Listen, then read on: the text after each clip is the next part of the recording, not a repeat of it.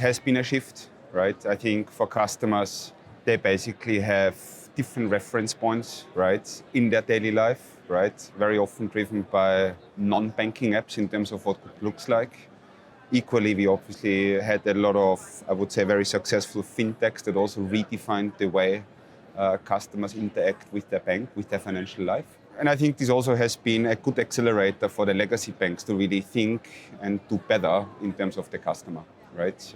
Customer experience.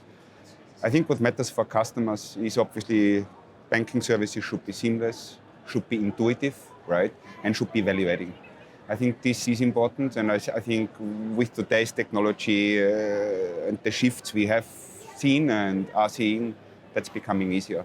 For me, it's a lot about this value add, right? So why do I go on my mobile banking app, right? What's the reason?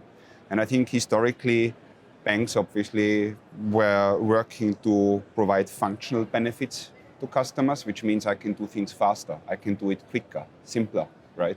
What we see increasingly is really value adding. So my banking services, my everyday finances, how I interact with the bank is becoming more personal. I basically also have access to services that are strictly speaking non-banking, but it still makes sense to embed these services. The last point I would make, it's, for me, this is quite a fundamental thing.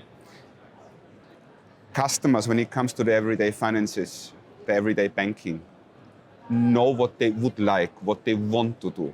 But still there is a big gap then to what they can do, right? It's obviously the job of the bank to enable certain services, right, and products, but also what they effectively then do. So I always say there is this gap between what I should do, right, to what I do. And I think now with technology, better use of data, being more personal, also if I think about Agentic AI, this gap is reducing, right?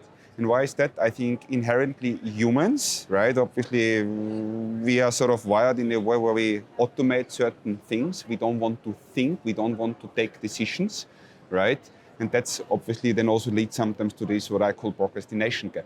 And now with this technology, with this data, right, capability, with better features, better experiences on mobile, I think this is shrinking. So I think we are quite at the turning point here in reality.